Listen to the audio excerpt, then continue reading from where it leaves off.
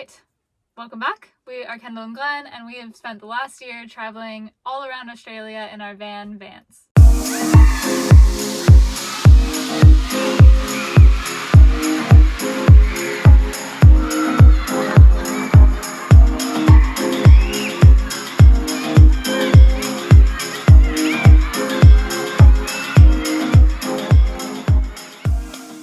So after a year of living on the road, we've decided to do a little Q&A. So we put out to get some questions on Instagram and YouTube.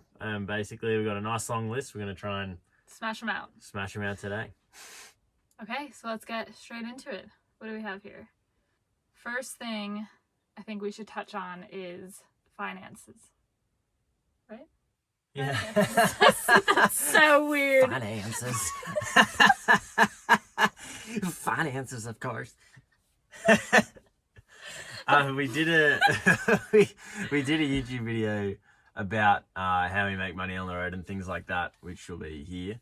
But I guess we'll just touch on it now. The biggest thing was saving beforehand. So we planned that we were going to be on the road, and over about a 12-month period, just worked super hard, saved as much money as we could, with the whole point in having as much money behind us to fund the trip essentially, and then anything else that we'd be able to pick up in the way of work we'd be able to do as like pocket money basically. Yeah. So right now we work remotely. We're photographers and videographers creating content for brands to use on social media, their websites, their emails, all that jazz.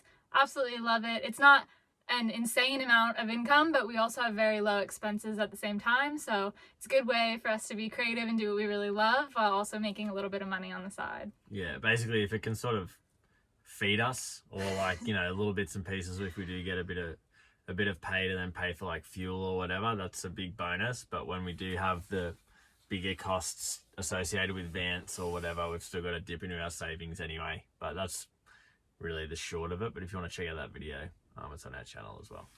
And I think we also had a question about like what our monthly or weekly budget is.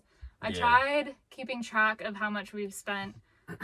I tried doing that from the very beginning, and it only lasted a few days because it's all over the place and nothing is the same. I think the only thing that can stay consistent most of the time is food. Yeah. We don't eat out really ever unless it's a treat. We buy the basics, just try to eat as cheaply but also as healthy as possible. Yeah. I think we stick to around $150 a week on food, give or take. Yeah, roughly. If you can aim for like $10 per person per day, and if that can include coffee that you make as well, it works out to be pretty good. You can be less than it, of course, but then also some days you might be a bit more than it, or you might treat yourself. But if you can keep it at that, at least that's the controllable. And then fuel, obviously, if you're traveling a lot in a week, it ends up being super expensive. Or if you're not really going anywhere, you can sit on $150 a week total on all expenses.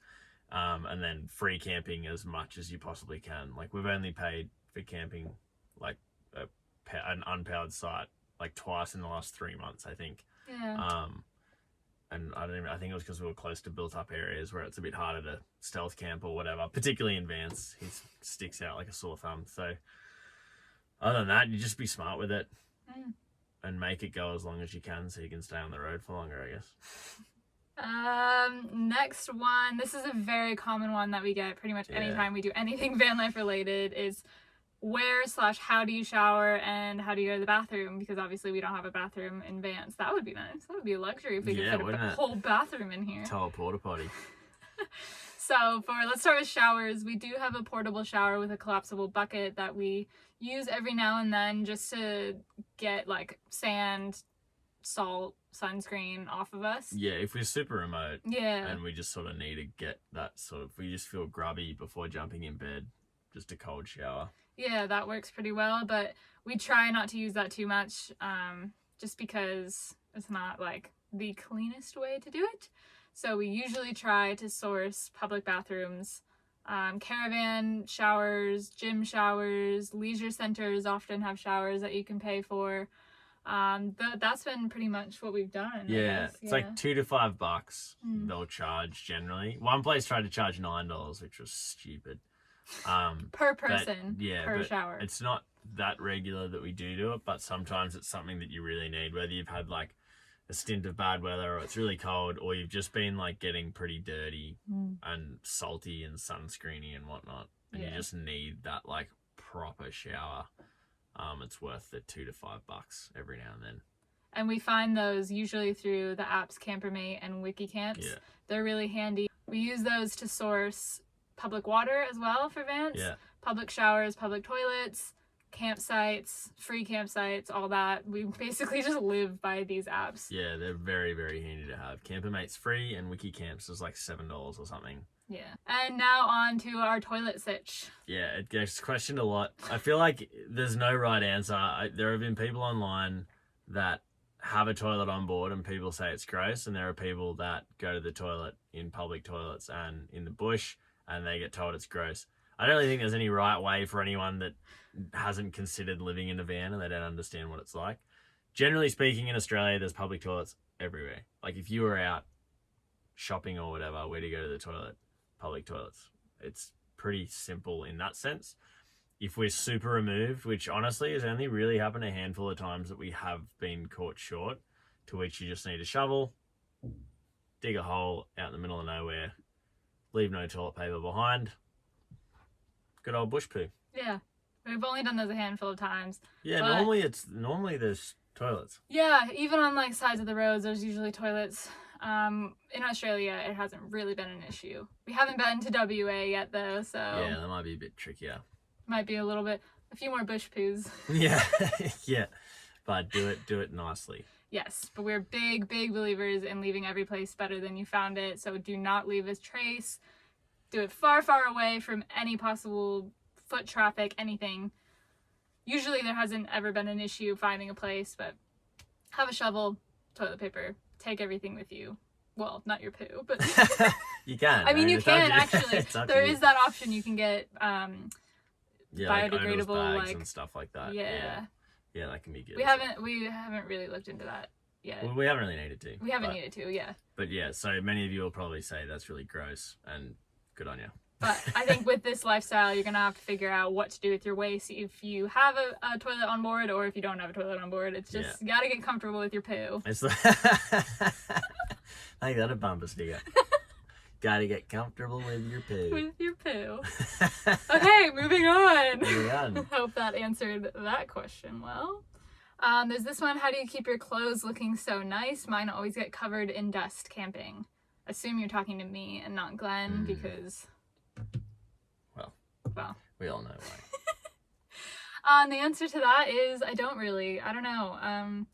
We wash our clothes at a laundromat probably every other week, I'd say.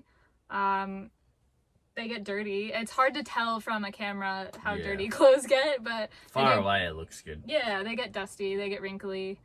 This is our closet here, so there's no way that we can't really have wrinkled clothes, but I try to opt for clothes that don't wrinkle.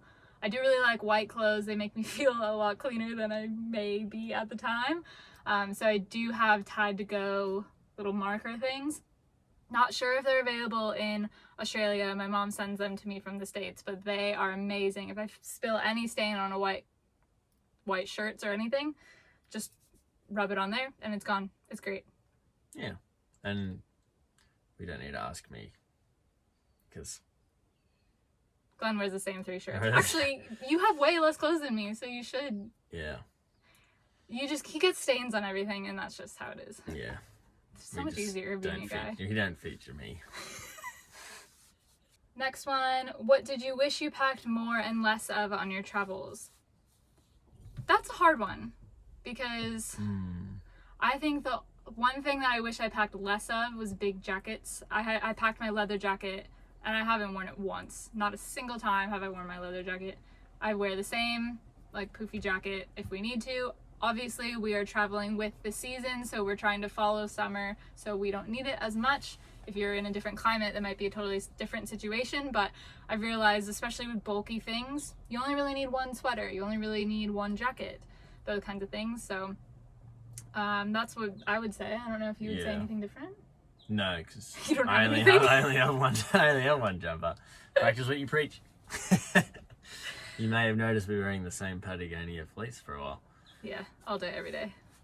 No, I don't think so. I don't think really there's anything, and there's definitely not anything I wish we brought more of, because Vance's chocolate block, he's full as, so I don't really know what we would have brought. More hats. No, we have plenty of hats. More hats. Best meals / ready to go food for traveling on the road. So we are very interesting with our food. We like to keep it very simple, easy, and cheap. Especially with dinners, you'll notice if you've watched our previous videos, we meal prep for our dinners that last 4 nights each, so 8 meals total. And that averages to around like $3 per person per meal. $2 to $3 per person per meal, which ties in with aiming for the $10 per person per day. And that's like the meal we get the most like bulk in, and also nutrition as well. Yeah, I think so. Breakfast, we sometimes just don't have breakfast if we're not hungry. We have a very intuitive eating practice, I guess. If we're not hungry, we won't eat. But if breakfasts always vary, sometimes we'll have granola, sometimes we'll have eggs, sometimes we'll have potato hash. That would be really good. Yeah. Lunches are always random as well. We have been having some wraps. Glenn always has tuna and beans in a wrap. Yeah. I typically have like a salad with some tuna and avocado. That's pretty much it. And then dinners, we always vary between veggie stir fries, a veggie curry, veggie pasta, basically anything with veggies and really good sauces and spices. I think that's just what we cycle through. Yeah, and we're fine having the same dinner 4 nights in a row. It makes sense to end up saving heaps of money, and it just means you don't need to have like a full cooking operation every night. I used to do that back in Sydney anyway, but that way it means we can just heat it up every evening. It takes 5 minutes to just whack it on the stove for 5 minutes, heat it up, and then it's like you're having a fresh meal again. Yeah. Yes, it's the same thing you had than the night before, but it ends up being so much more efficient and economic as well, which makes it way more convincing for us to do. Next question. As a couple, how have y'all found being 24/7 together? How have we found it? Way better than I would have thought, Yeah. to be honest. We were always in like a really good relationship beforehand, but when you only see each other, or really have an evening before, I mean, it's very different to then spending every single minute together in a confined space. But it's been way easier than I was expecting. Yeah, very easy. It's because we started our relationship with a lot of long distance back and forth.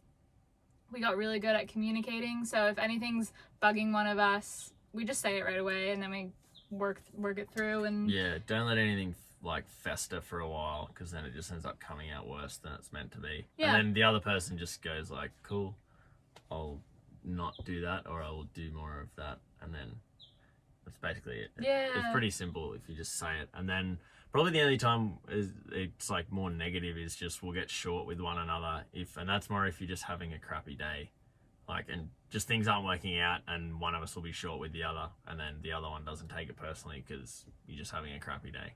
Yeah.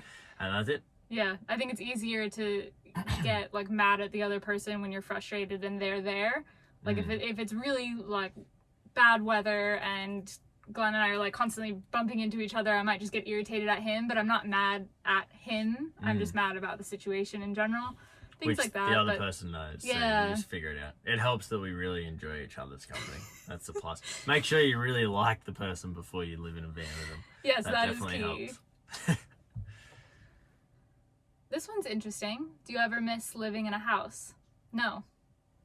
No. I think we're both very excited for the next chapter after we are done living in vans, and then we hopefully want to buy a plot of land and build our own home. Very excited, and I look forward to when that eventually is. But in terms of missing living in a home, not really. I think the only time we've said that we wish we were in a home was when it's pouring down rain and we just want to like have a shower, lay in a big couch and watch a movie. Yeah. But that's probably the only time. Yeah. When you're just sort of stuck and you just want to have like a big space for a little bit. But I'm loving it. This is sick. We got a good few years left in us, I'd say. Yeah. This ties in with the next question. How long will you be traveling Australia when you're done, what are your plans? So originally we were going to, I always said 12 to 18 months this trip was going to go for, and nothing has gone to plan whatsoever. So, and now we're saying we'll probably, because we're moving on to WA next, Western Australia, and we want to spend at least a year there. And then, so we're going to go from the south all the way to the north, back south again, then back through South Australia, over to Victoria, probably Tasmania, then up the whole east coast again. So, I mean, God, a good few years there. And then we'd love to check out New Zealand as well. So we may also look into shipping Vance over to New Zealand after that. Who knows? It's just going to keep going. Yeah. And then if we keep enjoying it, we'll just keep traveling. And I'm super, as we said, like, we're really excited to eventually have a place somewhere. We don't even know where that's going to be, by the way. We have no idea. We can move wherever we want. But for now, we just sort of loving living on the road, and there'll be a time that we want to find a place. But right now, who knows? 5 years. We'll see. If there's one thing I've learned about living on the road, it's that making plans is kind of pointless. Yeah. Especially last year. Big time. Okay, so we've also gotten a lot of questions on what phones and cameras we use to create our content. So we, being photographers and videographers for jobs, we've invested in some pretty nice camera gear. Don't need the nicest camera gear, but one thing I would recommend before we list what we actually have is getting a drone for this type of trip. Yeah. It can be, depending on your budget, a very top of the end drone. It can be an entry-level drone. Anything that captures stuff from above, I think you'll find it's such a cool way to capture what you've traveled and places that you've been. Yeah. Not even like just the perspective of like capturing cool things, but also it just gives you a bird's eye view of a place, which we've found like sometimes we'll be at a place and it'll be pretty, and then we'll put the drone up and be like absolutely blown away just like looking at the phone or like at what it's capturing. And it's just so cool to see it from another perspective, as well as obviously capturing cool footage and photos. Is just experiencing it yourself, which is, yeah, it's pretty cool. And if you can spare the money, I would definitely recommend it. We've got the DJI Mavic Pro 2, which is unreal. Yeah. It's such good quality. Yeah, no negatives about it at all. So that's definitely a good one. And then camera wise, we have the Sony A7R III as our main camera. And then we've got the Sony A6400 that I have in a Salty Surf camera housing for water photography and videography. And then both lenses are interchangeable between both cameras, which is handy. And that's sort of our base, I guess, to work from. Definitely not necessary to have that arsenal, I suppose, but that's sort of, we just wanted to, at the start of the trip, we didn't want to get halfway through and wish that we'd like opted for a better quality one when we could just get it from the start and thoroughly use it. I mean, we're using that stuff every day, so it's worth the investment for sure.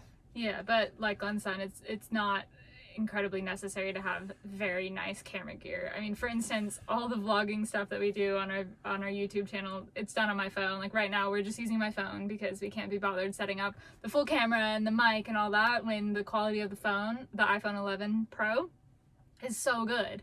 Like, we might invest in something a little bit nicer for vlogging in the future, but I don't know, we've just been liking this, the phone. It has really good stabilization, so when we're walking it's not all over the place. Audio and the quality is really good as well, so, and you always have it on you, which is great, particularly for the day-to-day stuff. Like if you don't have the right lens on it, if you don't have the microphone with you, or it's not attached, sometimes the focal thing gets really annoying on a quality camera with a bit of like with a low aperture. So it's just like, it's so many variables basically just to be like, oh, we're now going on a hike and that's it. And you've just decided to set up this whole thing. It just sort of takes away, I think, things being candid more and just comfortably capturing stuff. So the phone's awesome. I'd recommend that for sure. Yeah, if you want us to go more into depth of that camera gear, the lenses that we use for each shots that we get and some examples and all that, we can do a full video rundown if that's something that you're interested in. But that's just a top line of the camera gear that we use. This one, do you have a plan of where you're going next usually, or how do you plan out your trip? Yes. That's a bit random. Not the question, but... Yeah, it's a good question. Good question. The answer is random. We are very random with how we go about it. I think before our trip, we set a rough itinerary of the hot spots that we wanted to go to, and I think we know like the major places that we want to see, but we're really using this whole trip just to explore new places. And sometimes that means we look at places on Instagram and other people who have been in those general areas and see where they have gone. Sometimes that's just looking on Google Maps when we're in a certain area and seeing like, oh, that place looks cool, we should go check that out. Sometimes it's chatting to other travelers and maybe locals in the area, seeing where they like to go. Locals have been really better than I thought they would at suggesting things, particularly not big. Like, I don't know, some people get localism and stuff, but most people are really friendly and they're like, oh, you've got to go here and check this out. And not many people know about this, but you should go there. Yeah. At like random like service stations and stuff. So just be open to chatting to people. Yeah. That helps a lot. And then also, well, the biggest thing is the weather. So we'll just try and follow the weather, even if it means like, if there's like a cluster of a place that we do want to check out, but it looks like it's going to rain for the next couple of days, we might shoot further north or south for a few days and then maybe come back when the weather looks better. We thankfully have the luxury of having more time because we are living on the road, which is probably some of the like biggest perks of living on the road, is we do have the time to try and experience the best of each place the weather has to offer. But that's probably the biggest predictor, and everything else is just figuring it out as we go. Yeah. This one, how difficult is it to find overnight spots near larger towns / cities? Depends on the place, but usually it's pretty hard. It's very hard, in cities. We try to avoid cities as much as possible because of this. But if we absolutely have to be in a city for some reason, we've often found ourselves sleeping in industrial estates at night because they're really quiet. We can just find a little street that no one's going down, wake up early, and then leave the next day. Obviously not ideal, but it is what it is. Yeah, if it has to be done. Yeah. This is also where the Campermate app comes in handy as well, because oftentimes just a little bit out of the city, there are free camps along highways that we've taken advantage of, which has been really nice. Yeah, very convenient. This one is sort of a combo one. How do you do laundry and do you get haircuts? Glenn hasn't gotten a haircut. I haven't had a haircut in years. And I probably get a haircut once every year, I'd say. How we do our laundry, we just go to laundromats. We do have a scrubbo washer guy, which is useful if we know we won't be able to get to a laundromat and we need to wash small things like undies, t-shirts, stuff socks. like that. But we mostly just go to laundromats. They're really handy. This one, what power sources are you using to run the van? Glenn can answer that. Yeah, we have a super basic setup. I haven't included much about this because I'm no expert, and I'm sure many people can do better jobs or do things differently, so I don't really want to be a voice of an authority on it really. But we just have a standard secondary battery, 190 amp hours, which is pretty good size. Runs off the main battery. We have 80 watts of solar on the roof and 250 watts of solar in a solar blanket. We've got a 600 watt inverter, so that means we have 600 watts of 240 volt household power, essentially, which is more than enough for most people, unless you're planning on running like proper kitchen appliances. It's plenty. A lot of people get like 1500 or 2000 watts, but with 600, we haven't worried about it at all. And we don't have the space to be running like big blenders or anything like that. So you're fine with that, and it's way smaller and more compact, which makes it easy. Yep. And we use that to charge camera, drone, laptop, phones. What else? Fridge, yeah. Fridge is just on the 12 volt system. But yeah, it goes pretty smoothly. Yeah. We did get quite a few van build questions similar to this one. So what are some tips for van layouts, things to consider? How do you know where to start with van designs and all that? It's a very, very, very large, broad question. I think start with watching YouTube videos of other van builds, see what you like and don't like. Again, like follow other travelers to see how they're living out of a van. If you can, rent a van and from one of those rental services and go for like a week or a weekend and see what you do and don't like yourself actually living in one. Those are a bit more basic van builds, but you can see a general setup and flow and see if you like that, take inspiration from there. I think that's like, those are the main ones. Start there and make it like very specific. So like if you know what van you're gonna get, like there's enough content out there that you can then look specifically at those vans. So you wouldn't be like, advice that we would give that we based our T3 around, which is Vans, wouldn't really be pertinent to like a big Transit or Mercedes Sprinter. Like the way I would do it, a Sprinter or Transit would be so different to the way we did Vans. It was so specific to the build even just the fact that the engine's in the back changes absolutely everything. Yeah. So general rule of thumb would be, think like, what are the biggest things that you're planning on taking, or what are the things you're going to be using most regularly, and then funnel down from there. So if it's like surfboards, snowboards, whatever it may be, you have to figure out where you're going to put that and how you're going to build around that, and then from there look at the remaining space that you have. For us, we couldn't have fit any surfboards inside, so obviously on the roof, but then we had the engine to contend with, so lots of things like that. And then another thing is, like, you're making the most of every little inch of space, so it means that there'll be places that are really awkward to get to, but you still want to use it as storage. So just really try and make sure that's the stuff that you're pulling out very irregularly, so that it's not an absolute pain in the butt every time you want to get your toothbrush out every day. You've got to dig through heaps of stuff and pull other things out just to get it. That's probably like the most broad information, I think. And other than that, look specifically at the vehicle you're planning to get or have, and then there are so many, because then there'll be pros and cons that all these people will list for each one, and it'll be, but Vans is very specific to T3s and combis, really. Yeah, and if you are a bit overwhelmed with the build process and you don't know too much about how to actually build things yourselves, I know that there are a lot of companies nowadays who actually build vans out for you, so that's a resource to look at. If you are handy with the tools but you don't actually have the tools or the space to do so, you can probably find some type of community workshop. That's what we did to redo our second build.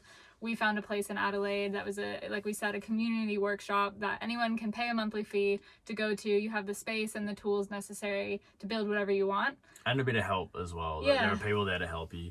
They're called, because I struggled to find them. I was looking at men's sheds specifically that are a little bit more niche and sometimes a bit strange in terms of who is allowed to go there or who they encourage to go there.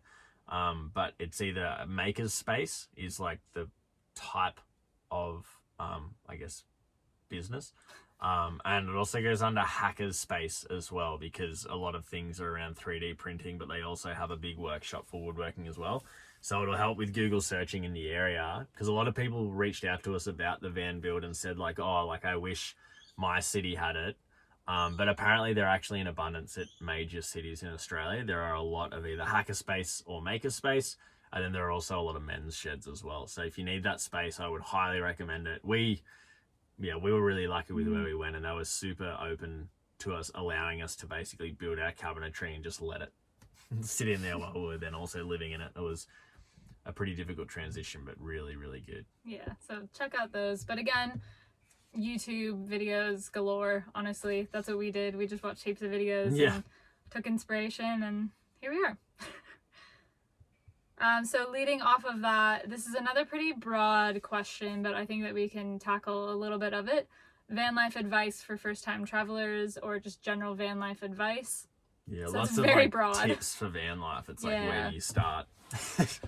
I think that we'll go at it from a broad perspective as well. I think mentally preparing yourself for van life is one thing. It is often very glorified and it seems very easy, like it's an easy lifestyle, but be prepared to problem solve all the time, every day. It's always something new. Be very adaptable. We're constantly solving new problems. Like, we've been on the road obviously for a year now, and every day it's like problem solving something new, where we're gonna get water, if we should go down this certain road, if it's going to rain later, how are we going to access this? Will we have signal over here? How are we going to tackle this job if we don't have signal? Like, there's so many things that you need to think about.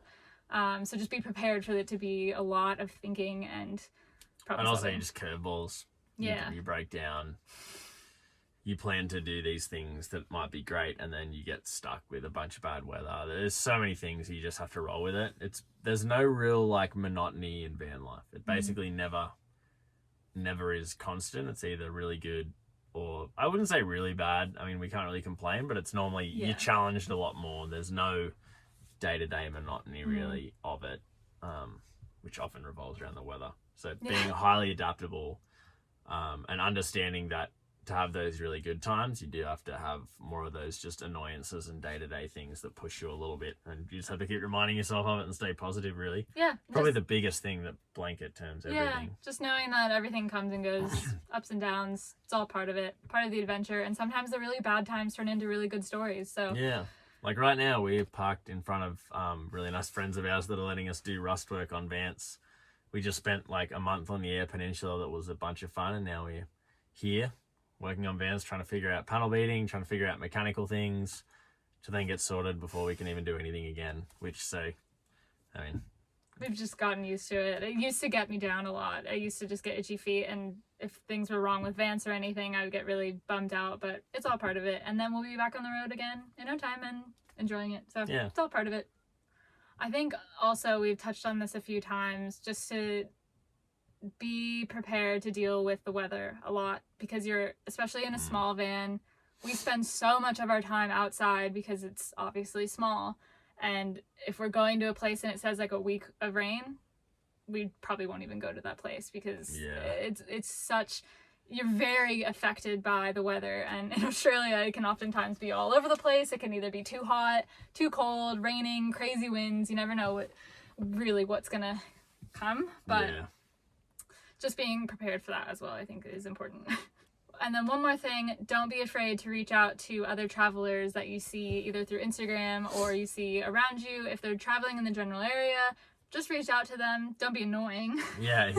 But don't annoy people, but just reach out saying, hey, I'm in the area, I would love to meet up for a coffee or go adventuring together, go on a hike or anything. We've met so many cool people through Instagram. I think that social media, if you use it that way, can be very beneficial. And you can also learn a lot as well. Yeah. Get tips of like cool places to go if they've just come from where you're planning on going. Even just tips of living on the road that you might not have thought about that just come up through conversation. And generally just having like cool friends that you end up like linking up with them back and forth over time, which is kind of cool. And the more you travel, and you'll be coming through, and it's just a really cool community. Yeah. Once you become a part of it, you just have to be willing to reach out and meet a couple people. Yeah, and it's almost like a comfort zone in a sense of knowing that like there are so many other people who are also doing this. You're not alone, especially if you are traveling alone. You're a lot of us you have each other's back in a sense. Also, it means we can talk to other people. Yeah, because our conversation isn't very exciting. We know what the other person did for the day, so you can't ask how your day was. It's nice talking to other people on having planned for a while, I must say. I don't really know what our topics are, but I don't think they'd be very We've exciting. never been out of anything to talk about, though, to be honest. Maybe we have, I don't know. I think that about does it. Yeah. I think we answered the most common ones. Yeah. Someone did ask if we'll ever sell Vance. No. No. No, it would be very, very extreme circumstances for us to sell old Vance. Yeah, we put way too much time and money into this baby that we can't. Yeah, we'll hold on to him forever, I think. Yeah. So that just about, I guess, wraps it up. If there are any other questions that we didn't answer or get to, feel free to pop them below. And I guess we will see you on the next one. Hopefully Vance will be rust done, and we'll be heading over to WA. See you then.